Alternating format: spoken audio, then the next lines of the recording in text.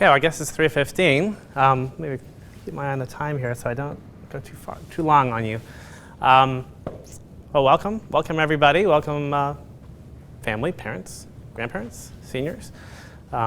Congratulations to seniors and parents and grandparents and relatives, and I hope this is a wonderful wonderful occasion for you. It's something that faculty look forward to every year.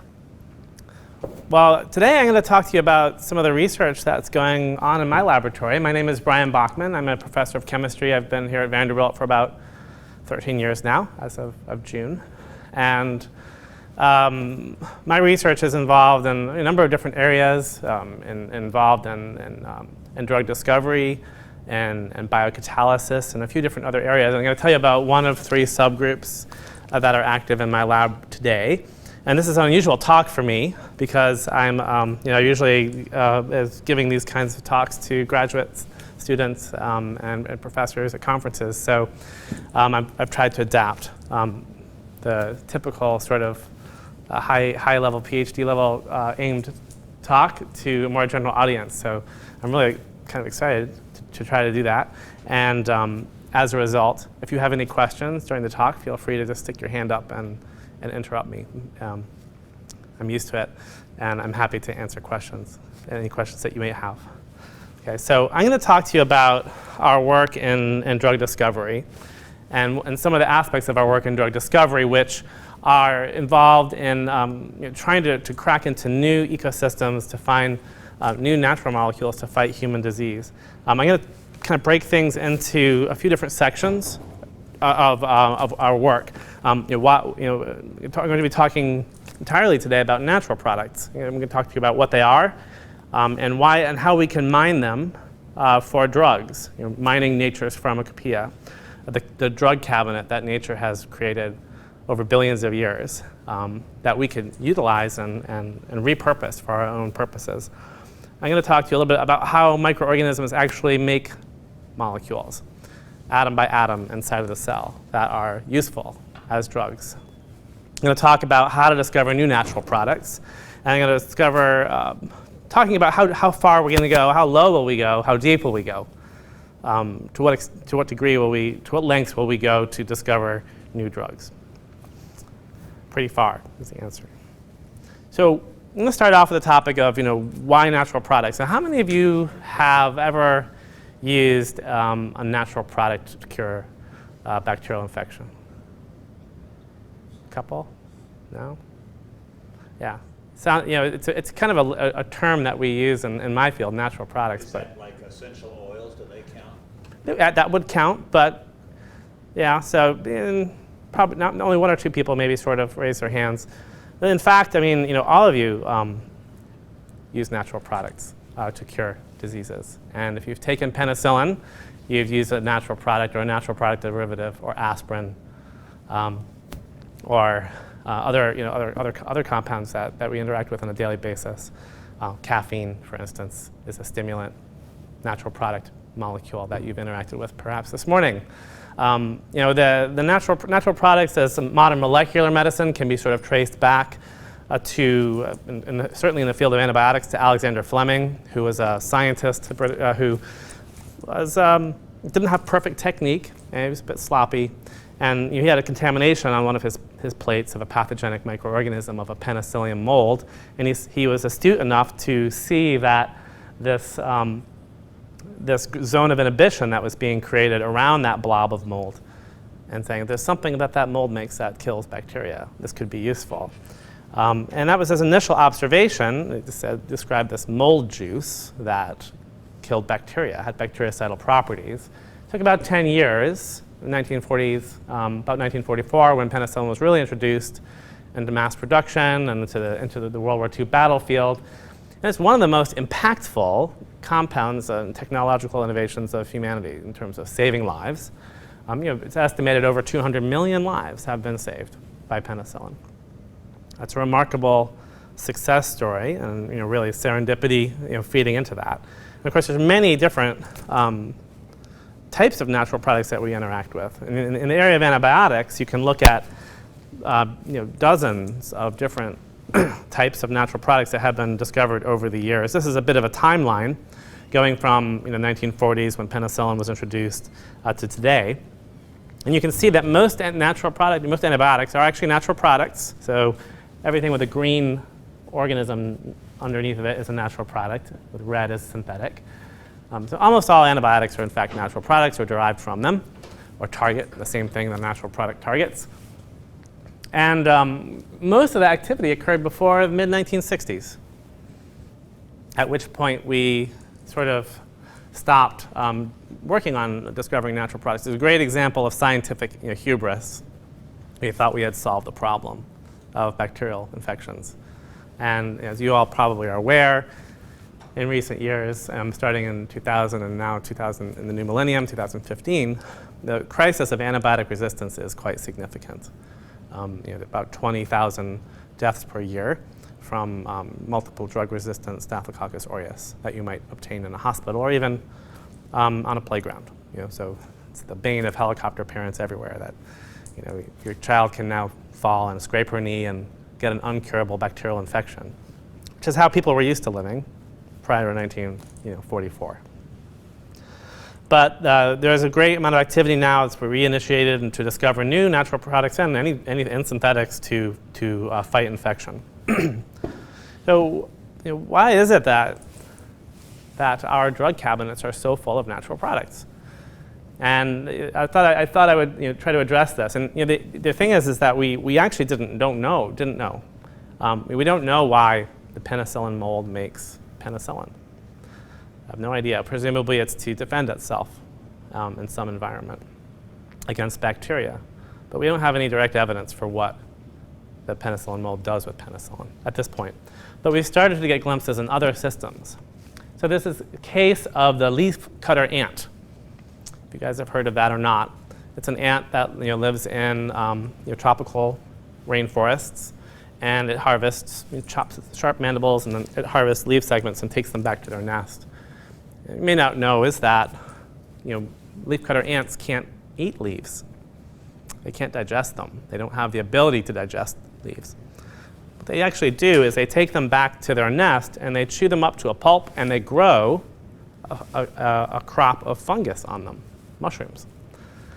So they actually are farmers, little insect farmers, that grow a pure crop, hopefully, of mushrooms. And that's what they eat. That's the manna for the ants. It gives them everything they need to grow and live happily. You might imagine that this is a bit challenging. You're talking about 100 degrees, 100% humidity, a very active environment from the ecological standpoint. There's problems. How do you keep a pure fungal colony growing in an ant colony? It's difficult. Lots of things would like to eat that chewed up leaf pulp, including predatory fungus, this Ascovopsis. It's a pathogenic fungus that invades ant colonies and takes over the farm. And that makes it unedible to the ants. It's toxic to the ants. They can't eat that stuff. So that makes hungry ants. This is the issue. So the ant is already interacting with a microbe in order to grow its own food. What they've done is a remarkably solution to this problem, and it involves natural products. If you look on this, I don't know if you see here, maybe I can get the front lights down a little bit. I'm afraid to do this. It will get pretty dark pretty fast. Let's see. No, I don't see lights. All right. Pardon? Yeah, the screen, scene one. Yeah.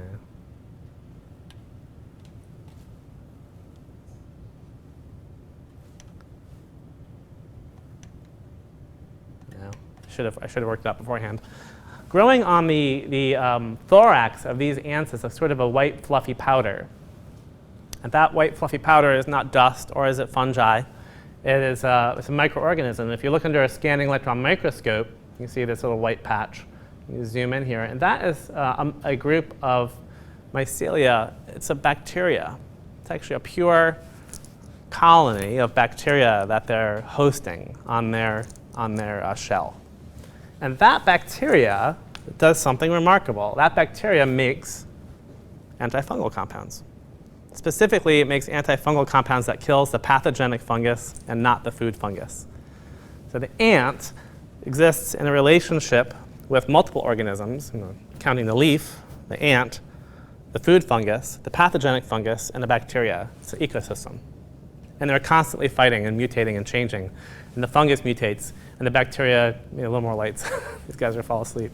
A little more lights, but they're constantly evolving resistance, and then the microorganisms are evolving new bacteria, et cetera. Yeah, is that okay? Okay. Okay, here's another fascinating example, rice cultivation. Gigatons of rice a year are produced. And it's a very important food crop for many developing nations. There's a terrible disease of rice called rice seedling blight. It affects rice when it's still at the seedling stage. This is a baby rice. And it turns them, gray, and they don't produce rice. And it's a disaster for farmers. And it's actually caused by a fungus, a fungal pathogen. So plants have fungal pathogens too. And it's called rhizopus. And it's known that this rhizopus makes a molecule that allows it to invade the rice seedling. But it's actually not quite that simple. It's actually inside of each fungus, inside the cell, the very cell of the fungus, is a microorganism, bacteria called Burkholderia. And Burkholderia actually makes this compound called rhizoxin. And this compound gives the fungus the ability to invade a rice seedling and take it over. So for the pleasure of living intracellularly inside of a fungus, the bacteria makes this, to pay off its fungal host, it makes this natural product that gives the fungus the ability to eat more and replicate. So it's a complex ecological relationship, and it's mediated by a natural product. So you see the kind of pattern here. The ant, food fungus, cultivates a food fungus for its food. There's a pathogenic fungus that attacks the food fungus. The ant harbors a bacterium on its shell that kills the pathogenic fungus, and that process is mediated by natural product. Rice seedling, pathogenic fungus, bacterium attacks the pathogenic fungus, or it makes a molecule for the pathogenic fungus that allows it to invade the rice seedling, mediated by a natural product. Right, so natural products are chemical, social tools for ecosystems. They govern the interactions between organisms, between species, genera, even kingdoms, fungus to plant. Right, it's these small molecules. So that's interesting. And stuff like, but who cares? It's kind of good, interesting evolutionary biology to hear about. Well, the reason that we care is that many, if I can figure out how to start this, maybe it won't do it. Maybe I'm not connected to the internet. This is an animation of a Salmonella bacterium on the surface of your stomach epithelium. And there's an interaction between the bacteria and your stomach, in which bacteria is able to evade your immune system and get into your body, and eventually into your bloodstream, eventually into cells, and replicate and destroy cells. So it's a sort of an interaction between a bacterium and a human, and humans are not simple organisms. They're multicellular organisms with many different cell types. Another example would be a tumor. Tumors are extremely complex human diseases. They possess cancer cells. So your average tumor would have dozens of different kinds of cancer cells, dozens of different species of cancer cells, in fact, inside of one tumor, different genetic mutations in each one. And of course, they're surrounded by normal healthy cells called stroma, and immune cells, and red blood cells, white blood cells, blood veins. A tumor is an ecosystem. So people like me think that we should be looking for the tools that nature has already developed to mediate interactions between organisms, to try to see if we can turn them to our own devices and make drugs out of them. Right, so that's sort of the operating hypothesis behind what we're doing. The reason that we think that we can do this and that we can look for cancer drugs in ant colonies or caves is because there's really not much difference between us and ants at the chemical and biochemical level. This is the fundamental breakthrough of molecular biology in the last 50 years is that we're biochemically very, very similar, and we conserve the same sort of receptors and molecules and locks and keys that interact from humans down to starfish down to bacteria. So we think that life has already solved a lot of these problems of communication and manipulating each other. Let's capitalize on it. So I really want to tell you a little bit about how organisms make natural products. So I know probably most of you aren't chemists, and those structures, if you had organic chemistry, they're probably sending you back to mild panic attacks from pre-medical school days or something like that. But they're complex, very complex molecules. Very hard for humans to make these things. It could take 10 years to make a few milligrams of some of these natural products. They're so complex. So how does life do it? So I was kind of going through my slides, and I went way back to find this group of slides. I'm going to tell you about an organism that's actually very near and dear to my heart. It's called Streptomyces clavulaligera, and it's near and dear to my heart because I worked on this in graduate school for 4 years. And it's a very interesting bug. You probably have interfaced with this. It's a bacterium. When I say bug. You've probably interfaced with this in your lives. It does produce penicillin, cephalosporin molecules. So I mentioned that a penicillium mold makes penicillins and cephalosporins, and that's true. But bacteria also make it. This kind of emphasizes this point I just made. Life is unified, right? Same solutions used by different creatures. But this organism makes lots of different antibiotics. These are all antibiotics. They're characterized. See this little square bit here? That's called a beta-lactam. That four-membered ring, that's the warhead of penicillin. That's what gives it its activity. Now, when you become resistant to penicillin, it's actually not you. It's your disease that becomes resistant to penicillin. It produces an enzyme that chews up penicillin like Pac-Man. It just eats it right up. And this organism has evolved a way to make a molecule called clavulanic acid. That molecule, Pac-Man bites that, and it can't let go. Right? So it disables the resistance mechanism. So if you take clavulanic acid with penicillin, it's called Augmentin, and it's a major pharmaceutical currently for the treatment of drug-resistant infections. This one organism found a solution to the antibiotic resistance problem probably billions of years ago, okay? And we happened to find this one by accident. But I was studying how that organism makes clavulanic acid atom by atom inside of a cell. And it's my background, it's my chosen field of study. And I thought I wanted to walk you through how we kind of do that.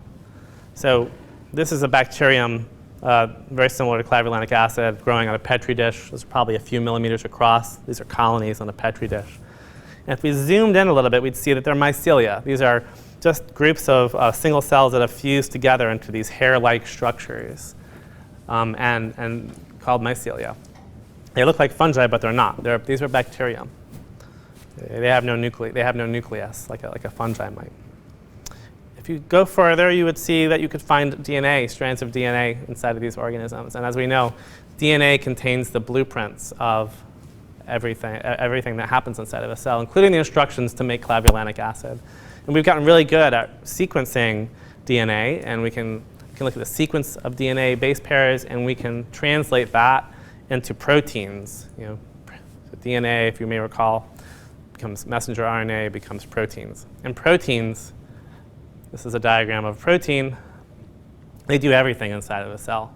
Every single atom inside of you, chemical bond inside of you, or most of them, were made by a protein, otherwise known as an enzyme. So every phosphorus oxygen bond in your DNA is made by an enzyme. Every carbon-carbon bond in your amino acids was made by an enzyme. They do everything. And this is an enzyme that actually makes that beta-lactam bond that I studied extensively, discovered, in fact, in graduate school. And so these proteins, they get strung together in pathways, like an assembly line, like mass production. So these arrows up here are genes for making clavulanic acid. There's about 10 of them. And they get translated into proteins, and the proteins catalyze the conversion of molecule A to molecule B, B to C, C to D, et cetera. It's a little molecular assembly line. And the bacteria, they're grouped like this in a blueprint chapter, if you will. So it makes it easy to find and study. So I just wanted to show you how clavulanic acid is made. And again, I know that Most of us aren't chemists probably in this audience, but it actually makes it from amino acids and sugars. So you have these inside of you right now, inside of every cell. Glyceraldehyde is a 3-carbon sugar. It's a very simple sugar. And arginine is an amino acid in almost every one of your proteins. So you're metabolizing these things as we speak, and so do bacteria. So does all life. And what the organism Streptomyces claviligeraris does is he brings these together, and he condenses them and makes a bond between the nitrogen and the carbon to make this molecule. And then I want you to look at this part. Okay, so here we're forming a bond between that nitrogen N and the carbonyl oxygen, making that 4-membered ring, that square. That's the beta-lactam nucleus. That's the warhead. So that's 4 years of my life in one PowerPoint slide. There you go. Yeah, it was a good time. But I discovered the enzyme that makes the beta-lactam in graduate school and characterized it structurally and mechanistically. It's lots of fun. But it's not that's just the beginning of the process. Then the enzyme, then the next enzyme puts an oxygen where that hydrogen was. That's amazing to an organic chemist. Makes a bond. It cuts off those nitrogens on the end. Makes a bond between the oxygen and the carbon. Eliminates, oxidizes, reduces, and that's clavulanic acid. The organism has 10 little machines that it puts together in a row to make clavulanic acid. It's about a $1.6 billion a year drug, and it's a generic. So you can imagine how much of it is actually prescribed. It's not very expensive to prescribe anymore, now that it's off patent. But a lot of what my lab does is sort of dissect this molecular ballet, the choreography of how an organism makes a natural product. I go to a lot of trouble to do this. And half my group studies that and tries to manipulate it and change the structures of natural products to make new compounds. So how do we discover new natural products? How do we do that?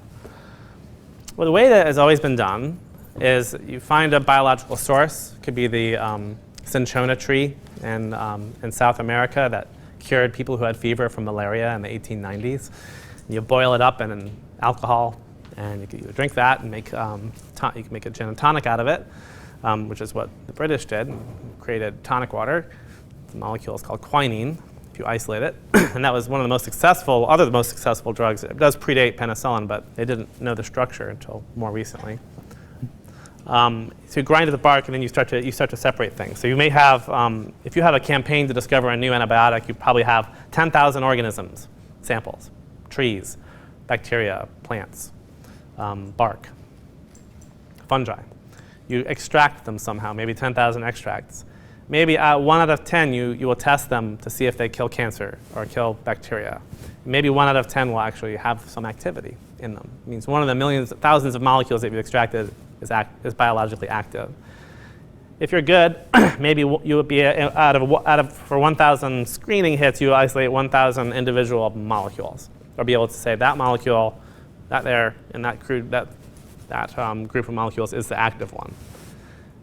Nowadays, since we've been doing this for about 50 years, we keep on rediscovering the old things, right? So you have to discover about 20 things, 20 molecules to find one new one. That's called dereplication. So now we're down to 5.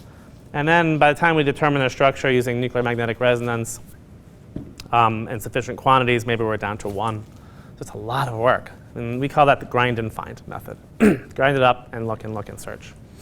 And that is actually how every natural product in the clinic was found and has been found. It's got some problems. The industry has moved almost entirely away from natural products for drugs, and so has most of academia for that matter, or they had until recently. It's really slow. We keep on rediscovering molecules that we've already discovered. All the low-hanging fruit has been plucked.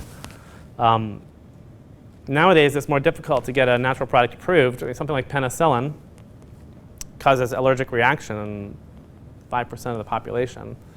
That's unacceptable risk currently, even though it's saved 200 million lives. It's the legal risk of introducing a compound that has severe allergic reactions as a problem. So you have to find a way around that. There are ways around it. The supply problem, if you isolate this new natural product from a sponge or a sea cucumber that you isolated off the coast of Papua New Guinea, I have friends who do that kind of work. Well, are you going to get enough of those sea cucumbers to actually treat humans? can't necessarily make these chemically. Probably the real death stroke for the field was the growth of high-throughput screening libraries. And we have the ability now to create millions of compounds, libraries of millions and millions of compounds, and use robots to test them very, very rapidly in a matter of months. And if you compare that process where you're making millions of lottery tickets a month trying to find a new drug to our process where it takes a year to go through 10,000 extracts or something like that, they kind of win. So this grind and find is really the opposite of modern drug discovery concepts, right? But should we give up? Obviously, I wouldn't be talking here if I thought we should. The thing is that this great process that allows us to robotically assay millions of libraries of compounds and assays in a matter of months does not work. And it hasn't worked for decades. There's a great review article. This GlaxoSmithKline, a major pharmaceutical company looking for new antibiotics because of this horrible antibiotic resistance problem. They did 70 high-throughput screens over 7 years. That is millions and millions, 70 million compounds assayed, synthetic compounds. And that gave them nothing to show for it. This is hundreds and hundreds of millions of dollars of their money spent trying to find a product to serve needs of the the antibiotic resistance community. It didn't work, and there's lots of reasons. I could talk about at length about why that is. The result is that the number of new drug applications that since high-throughput screening was invented has fallen, and natural product discovery has sort of deramped, and it's kind of precipitous. This is just antibacterial, but it's not. It's fairly similar for other drugs. Or really 1 or 2 a year at best are being approved. Now, during that same time period, 75% of new drugs, the small numbers that are coming through, guess what they are? They're natural products. So we think that and I think the pharmaceutical industry is coming around to this as well. It's time to come back and look at these things. We've done a lot in 20 or 30 years with technology, computers, DNA sequencing, analytical chemistry. It's time to come back and modernize this whole process. And that's what we were doing a lot of in my lab. Some of it's very kind of advanced work, and I can't tell you about it today, but I'm going to tell you about the more fundamental work. And basically, it all comes down to we're trying to improve this paradigm that actually works, this paradigm that actually found every single antibiotic drug in the clinic to date. We're just trying to improve it. We're trying to modernize the grind and find technique. Let's go to new sources of biodiversity. We have found that when you go into new ecosystems and you look at new organisms, you find new molecules. All right? And that's what we want. We want new scaffolds that illnesses haven't found ways to be resistant to. We're developing new technologies to rapidly screen. We are now as fast as high-throughput screening. And that stuff's a bit harder to talk about to a general audience. But that's a big chunk of what my lab is doing. We're also going off the paradigm that works, trying to create new paradigms. So we now have the ability to sequence the organism's genomes that might be making natural products. And we're so good now at understanding these pathways that we can predict the structures of natural products that have never been seen before, just from the gene sequence data alone, with amazing accuracy. This is actually, before I came to Vanderbilt, I was director of chemistry at a biotech company, and that was the business model, genes to molecules.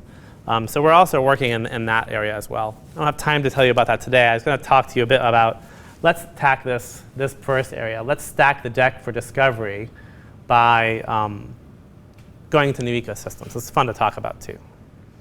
Okay, so I'll talk about primarily that. And finally, I'm going to tell you a little bit about our CAVE project. So thanks to your tax dollars, the National Institute of Health has been supporting my group to look into caves as sources for drugs. Why in the world would we do that? Nobody's ever done that before. Why would we think caves are a place to look for drugs? Why in the world would we do that? And the reason is caves are different. This is a student of mine going into a pit somewhere in Tennessee. I believe it's a cave called Yankee Hole. Caves are millions of years old. How many buildings have been around for millions of years? Islands. These are structures that have been in existence and stable for millions of years. It's remarkable. They're constant temperature all year round. That's unique. Up here, we change temperature every day. Cycles and seasons. Caves are constant temperature. In this part of the country, about 57 degrees Fahrenheit. 100% humidity almost always. Lots of oxygen.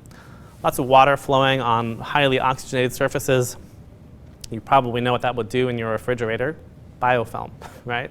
Probably some dorm rooms. And the caves are ancient biofilms that have been around for millions of years. No light. Very low nutrients. That's what those two words, aphotic and oligotrophic, mean. Each cave has unique geochemistry, unique minerals in it, unique plants growing above it, unique shape, unique geometry.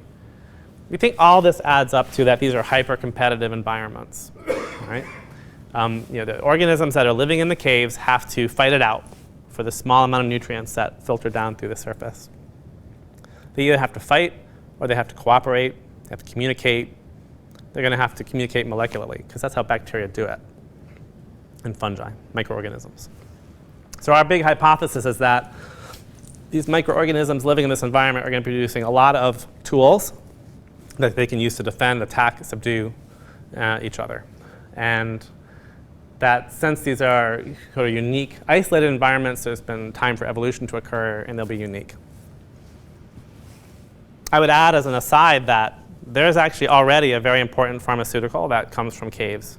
Have you guys, since you've had family here, anybody visited Lynchburg, Tennessee?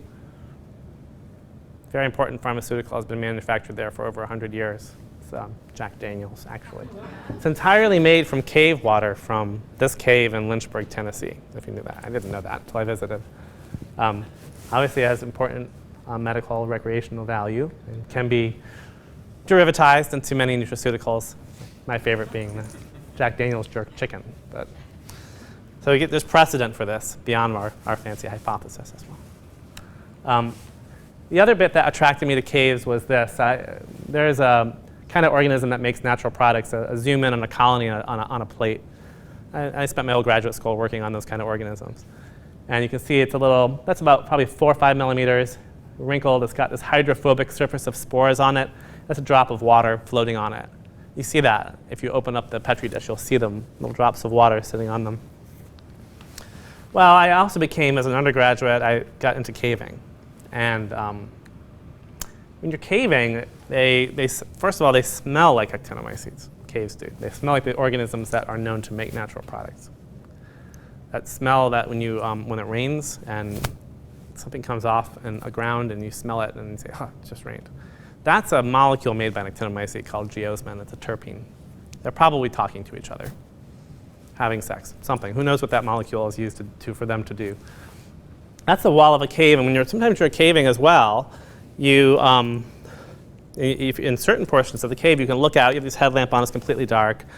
You can see sparkles in the distance. They look like almost metallic, or stars kind of flashing, different colors. And it's remarkable. If you get close, you see that they're actually little colonies of things on the wall with droplets of water on them. So they're very much coincidentally looking like the same things that I've been studying in graduate school for many years. You blow off the water and you can see little colonies literally on the wall. It's very unusual. I can't think of anywhere on the surface that you would see a colony of microorganisms like that, bacteria especially, and maybe fungi growing on the wall. So we're focusing on the kinds of organisms that we know up here make drugs. And they're called actinobacteria. We're also looking at myxobacteria. This is an electron micrograph of a biofilm in the cave, one of those colonies. So they're actually mixtures or consortia. It's a very complex ecosystem. There's a lot going on there. Little spiky things, little oblong things, little mycelia, biofilm kind of weaving through it all. And it's a biofilm that's been there evolving and renewing and competing for millions of years. So it's a complex ecosystem. It's a good chance, we think, that these ecosystems have solved some of these problems of communication. Collecting samples is ostensibly the fun part. It was more fun when I was in my 20s than in my 40s. And small children and going rappelling and wondering about their futures sometimes happens. But yeah, we get to go caving. We go to a lot of different kinds of caves. We go to, it's very hard to take pictures in caves, by the way, so I don't have tons of those because of the lighting issue. Right? Normal flash photography doesn't work well. I took a trip with HBO a couple years ago. You can go look at it. It's on Vice magazine. I think it's called Post-Antibiotic Era and the Palm Bomb. I have a very small piece in it.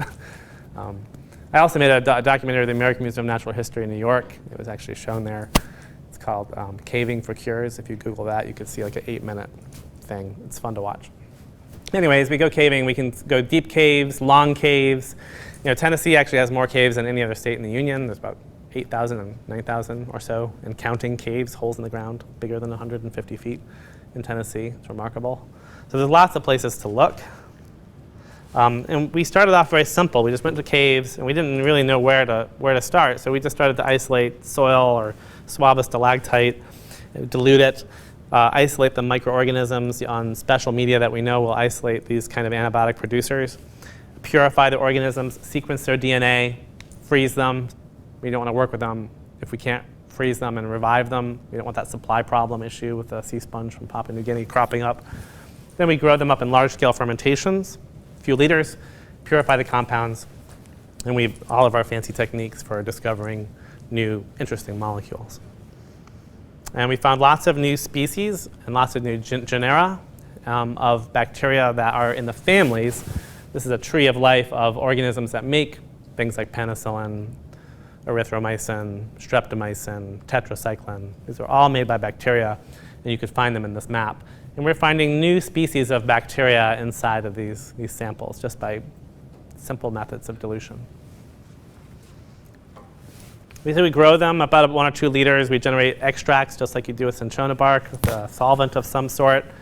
We then purify and isolate the metabolites, and then we determine their structure using NMR, nuclear magnetic resonance. Kind of brings me to my next topic. How deep can we really go? And we can certainly go deep, into caves, and we can go deep into deep sea trenches. I mean this a bit metaphorically from a scientific standpoint.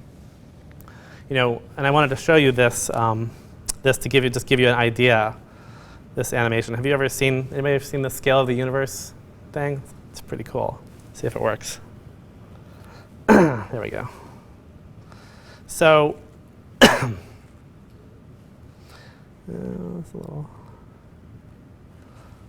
so this is just a little app. If you just Google scale of the universe, you can find it. That will show you the kind of scales that we're using in this study. So here's a person, a couple meters tall. And when we go caving, we're probably, thinking about going between 200 to 1,600 feet deep at the most. So if we think about that on a human scale, we're going deeper than great redwood trees. We're probably going as deep as the Statue of Liberty is high, perhaps as high as the Washington Monument. That's about 800 feet, 900 feet. So it's we have to use some pretty fancy technical technique to get down there. I still go myself. Graduate students are big talk about wanting to go, but then surprisingly a few of them actually want to at the end of the day. A lot of the chemists aren't necessarily into this. But we do that. So it's pretty fun. It's very exciting to go journeying to the center of the earth to find drugs, right? But to me, the real dive is in a different direction. And the real dive is more perilous, metaphorically, more interesting and more dramatic. And the real dive is really going the opposite direction. So, when we're looking for new microorganisms in a cave, we're talking about going in the opposite direction. So maybe that's 10 to the 2, the scale, and we're talking about the Eiffel Tower. But we're looking at things that are smaller than insects, smaller than ants, smaller than a grain of dust of sand, smaller than amoeba, smaller than a silt particle, a human skin cell. We're actually looking at bacterium that are on the scale of this E. coli here. So now we're at 10 to the minus 6. That's a very deep dive. And we're trying to work with this. We're trying to understand what they're telling us, right? That's at one level. But we go much, much deeper, right? Because we want to understand the molecules that these guys are producing. So the molecular scale, we go past virus particles, we go past DNA, we go past alpha helices and protein peptides. There's a water molecule. We're talking about molecules. There's a glucose molecule right here. That's about the scale that penicillin is. But now we're at 10 to the minus 9th. We have to determine the structure of something like that from a cell, from something like that from a cave. But how we do that is we do it with protons. So nuclear magnetic resonance lets us look at protons and only protons and carbons. In a proton, there's a hydrogen atom. We're looking at the nucleus of a hydrogen atom. And I won't go into the details, just to let you know that that's down here at 10 to the minus 15th. Incredible dive.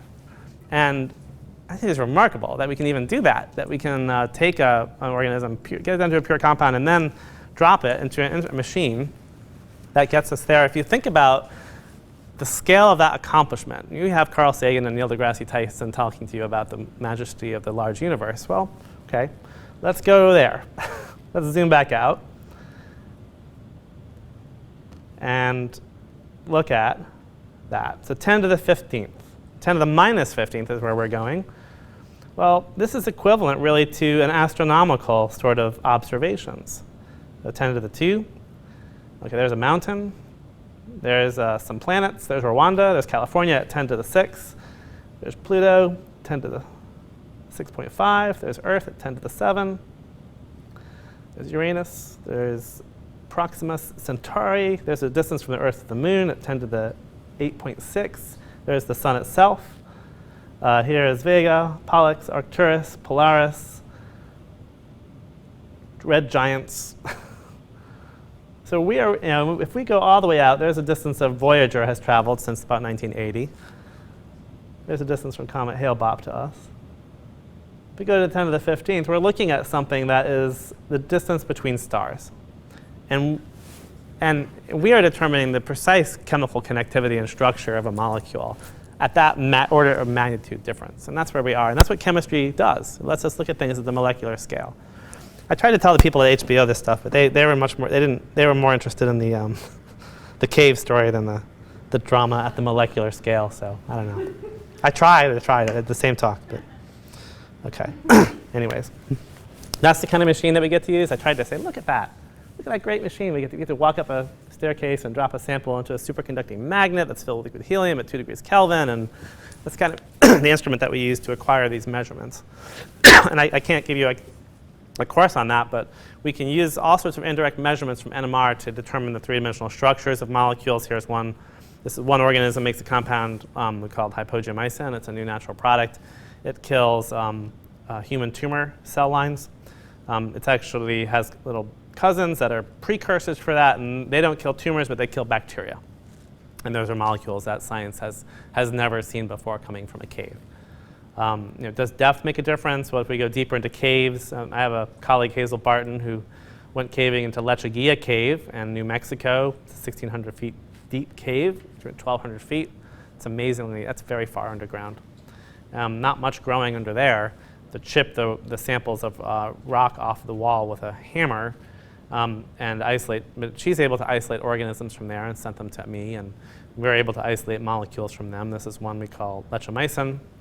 Comes from Lechuguilla Cave, and yet another new molecule. And we've isolated dozens of these over the last 6 years or so, and all different classes of molecules. Some of them are antiviral, some of them are anti-cancer, some of them are antibacterial, and about 50% of them are new. 50% of them are known. So that's a really good hit rate, for this kind of work. We've been looking for 50 years to find half of what you isolate be new. So we think that caves are a great source of organisms that make natural products. We've got about 32 compounds isolated. Half of them are new. But even the ones that are known, you can't buy them just because they've been discovered in 1987.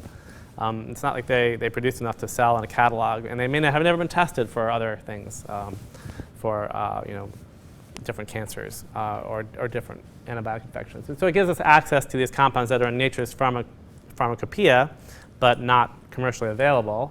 And we're focusing on new methods to isolate things. This is an example of that. This is a bacterial roach motel. This lets bacteria come in, but they can't get out. So we actually can leave these in caves for 3 weeks and bury them or strap them onto a stalactite, and then come back in 3 to 4 weeks, and then we can bring them back to the lab and crack them open and look at the kind of stuff that grew there. So it has these membranes that let bacteria in, and this is a mycelia from an actinobacteria poking its way through. And this is what they look like under the electron microscope. So aren't they beautiful? These organisms that are in soil, in caves. That's what they look like on a plate, in case you're curious. All sorts of interesting new species are we discovering that way. Some of which have been reported to make natural products, some of which have never been reported, and we will find out. We've been isolating myxobacteria. Myxobacteria are carnivorous bacteria. They hunt other bacteria, and the way you isolate them is by putting them onto a food organism. You can actually use E. coli as food. You put your cave sample in the middle of a cross of E. coli, which is filling your stomach right now, and they swarm out and they eat it. And then they grow these things called fruiting bodies that look like this. And so we've been able to isolate these cave myxobacteria at this point as well, and are looking in them for new natural products as well. So lots of new species. So now, in the next phase of our studies, that was sort of an initial stage where we don't know what we're doing. We're just trying to look everywhere. We're focusing on delving into the microbiome of caves. So on a stalactite, what all is growing on a stalactite hanging down from the ceiling? What's the complete ecosystem? Let's characterize that. What subset of it might be capable of making natural products from a genomic sequencing standpoint? And then we're working on that. So most of what my lab is doing now is trying to find ways to identify microorganisms before we even try to isolate a natural product that have the ability to do it, and then to stimulate them to actually make the natural products. And that's called genome mining.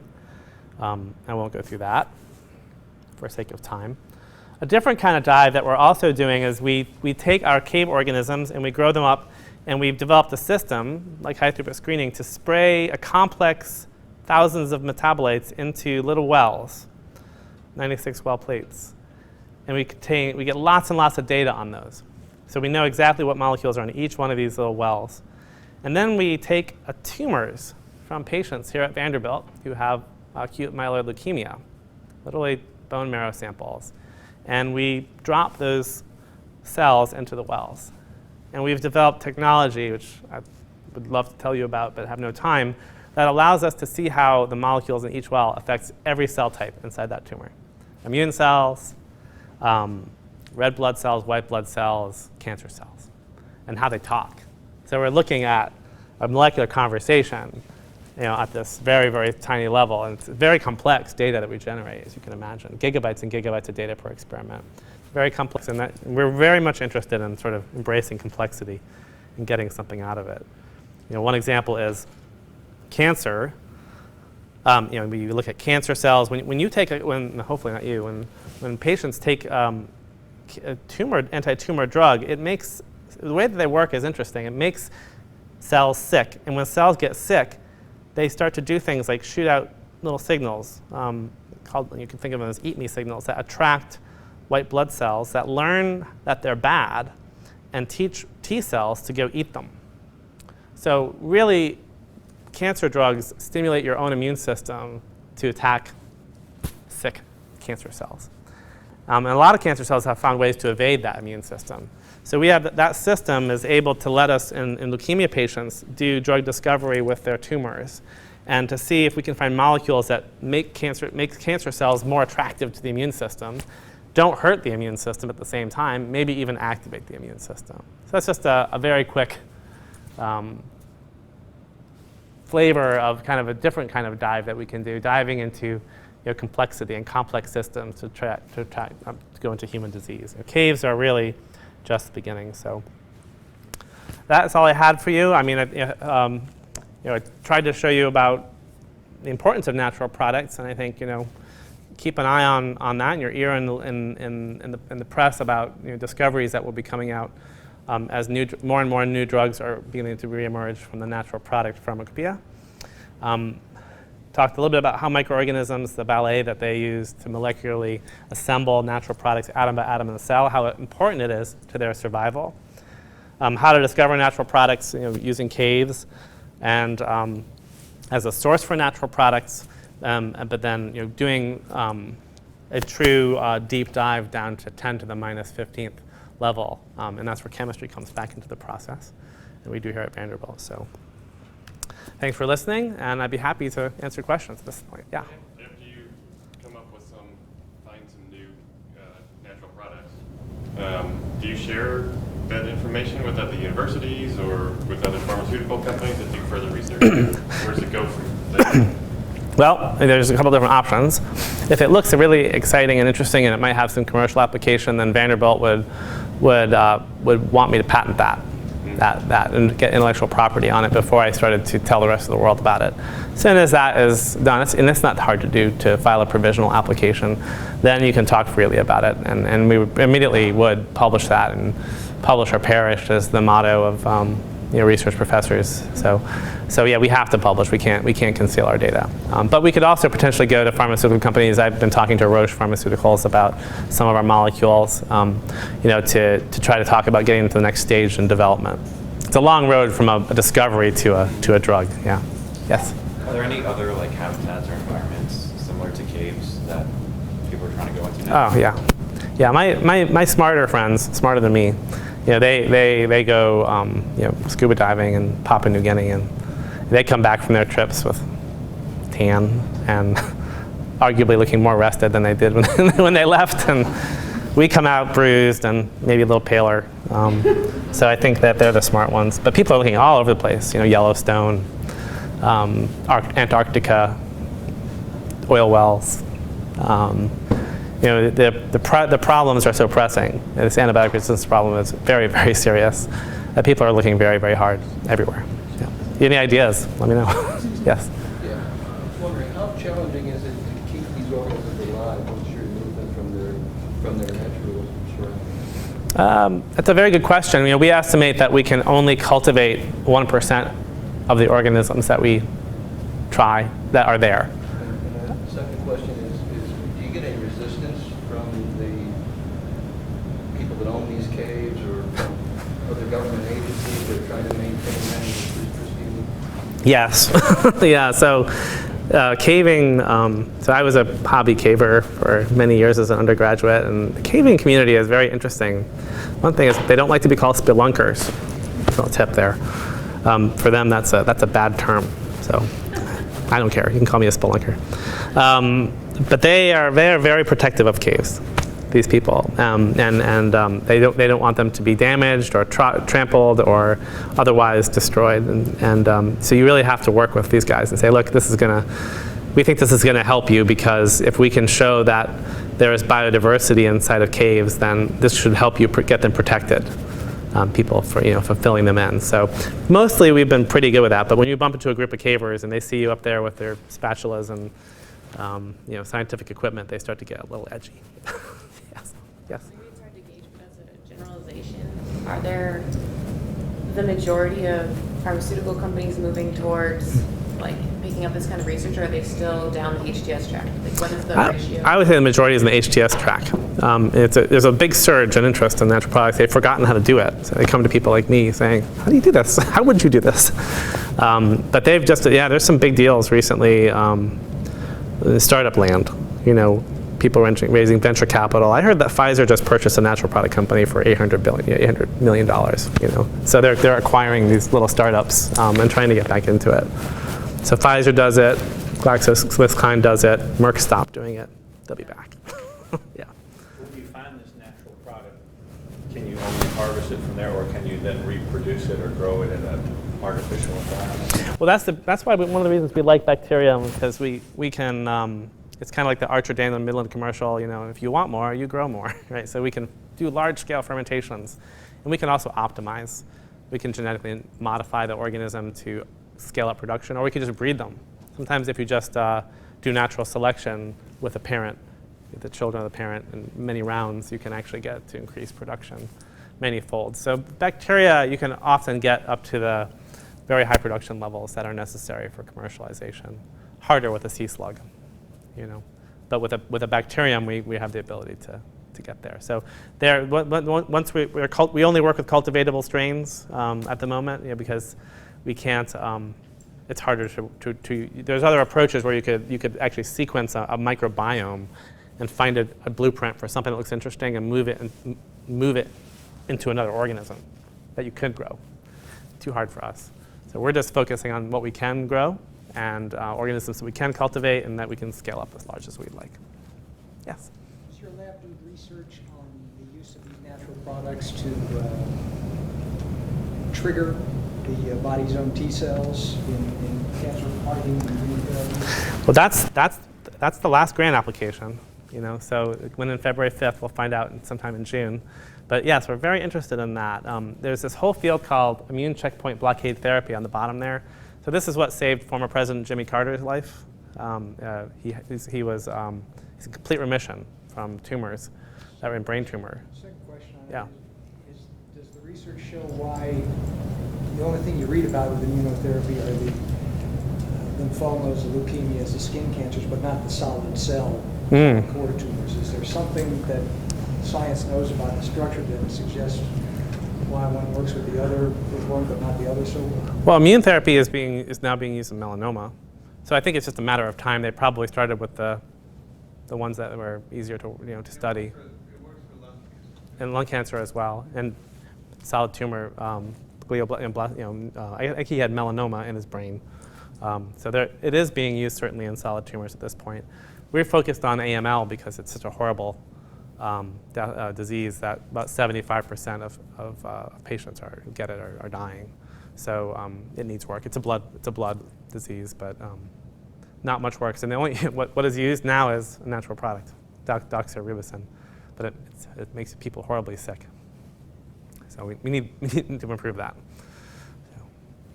All right. Well, thank you guys. Appreciate it. Congratulations again.